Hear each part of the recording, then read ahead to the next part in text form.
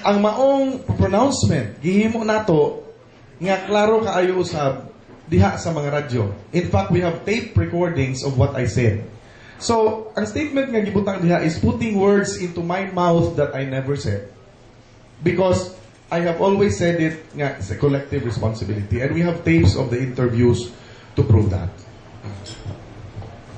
Before going on to our questions, we would like to acknowledge the arrival of former Agriculture Secretary Arthur Yap, candidate for the 3rd District for Congressman.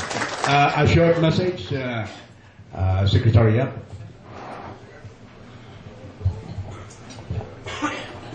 Ang buntag sa tanan.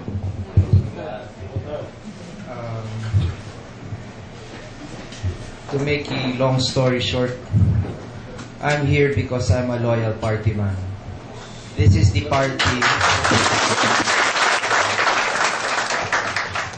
This is the party I joined. This is the party of my president. This is the party I will defend this election. And that is why I'm here.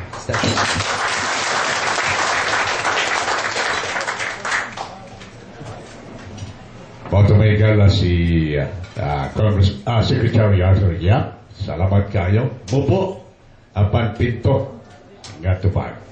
So, pagka ito may gala, ato ikaw sa si papailan naman yung kaugalingan.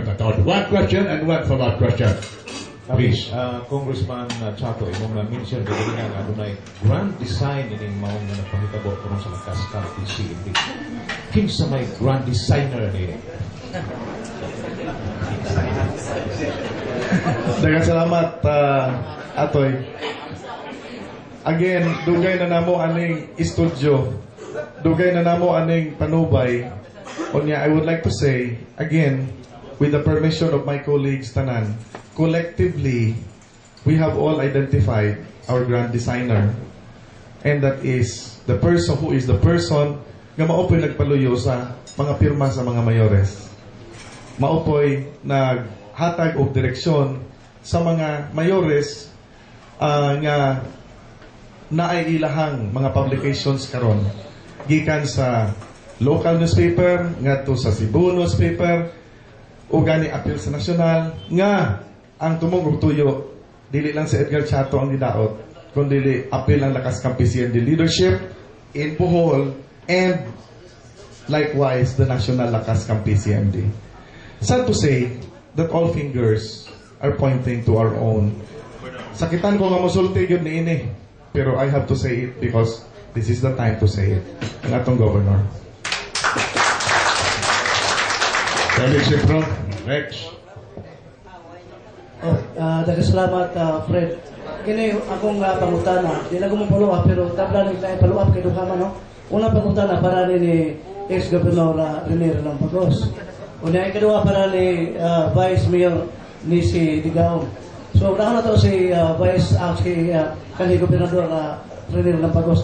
Nganong nahitabo man nga imo man gi pang-isyuhan og kuna sa LDP ang mga kandidato sa LDP aron mo atbang sa mga kandidato sa lakas dito sa segundo distrito. Unya samtang ikaw dire nakigwalis no dire sa primer distrito sa ang LDP nakigwalis sa lakas sa kampi. Okay, daghang salamat Felix no, sa imong pangutana. Ang imong pangutana, unsa may hinungdan ngano ako isip Provincial Party Chairman sa Laban ng Demokratikong Pilipino kon LDP nag-issue man og certificate of nomination dito sa segundo distrito.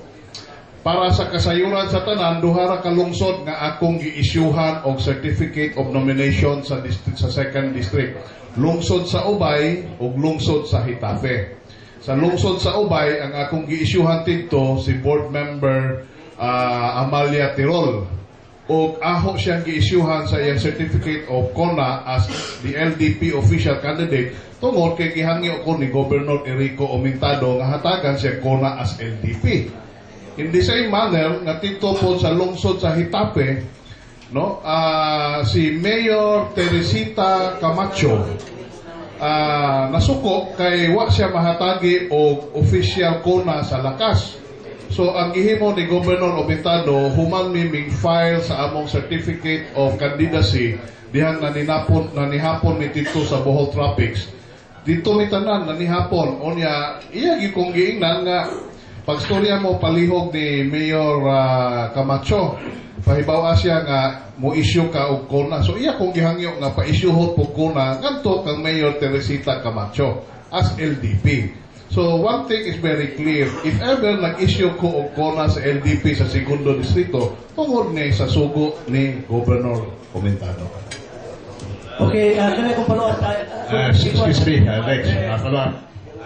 Nalipay ko kay ning sulti si Governor Rene Ana. Kay kung inyong basahon kanang manifesto nila, si Edgar Chato ang gipasingin lang tanan diha. Palihog lang tan-aw. Okay, kaya ang follow-up ni Silvio, no? Ako lang ikaw na pula ipangutanan niya. Para ni Vice Mayor ni si Digaon sa Lungsod Katipian. Unsa ka tinuod nga sa wa pa ang filing sa atong December 1 o sa wa pa muulbo ang kagulian sa Lakas camping.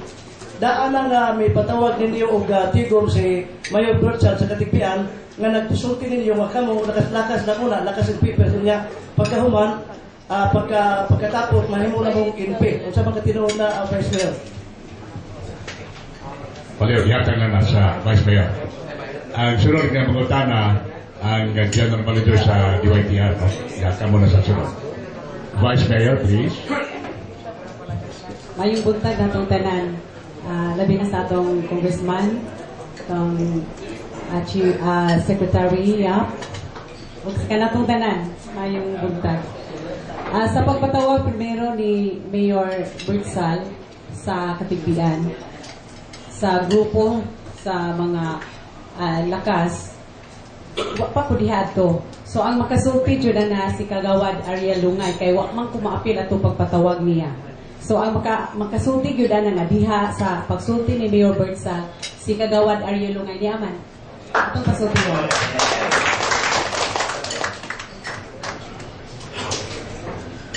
Mayong buntag na itong tanan.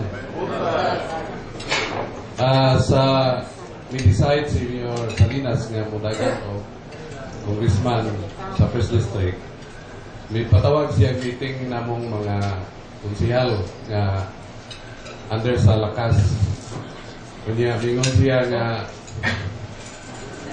mudagan siya pagka congressman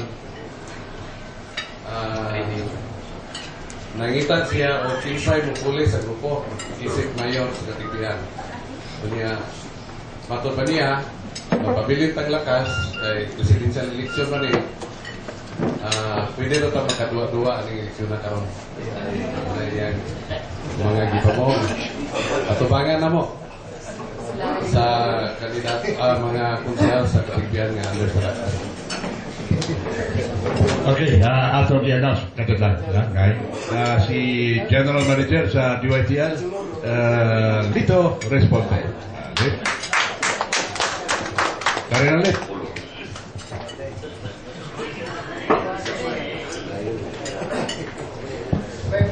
Thank you very much for a good morning sa tumabisita sa Presidential People.